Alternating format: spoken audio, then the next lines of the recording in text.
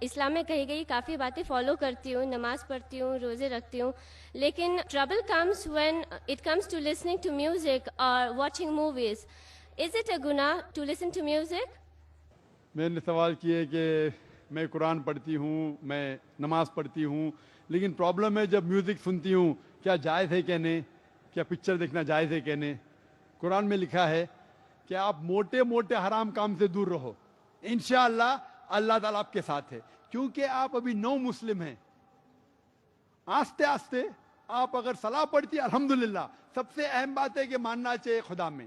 اس کے بعد ہے صلاح جو آپ پڑھتے ہیں ماشاءاللہ، اس کے بعد ہے زکوٰۃ کہ آپ کو چیریٹی دینا ہے، اس کے بعد روزہ ہے، باقی چیزیں کئی چیزیں اسلام میں.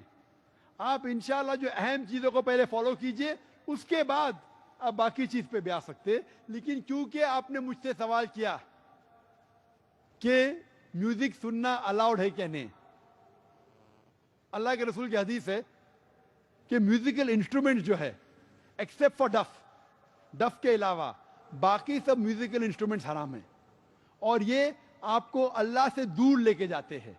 تو اس پس منظر کے حدیث کے پس منظر میں میوزک سننا صحیح بات نہیں ہے.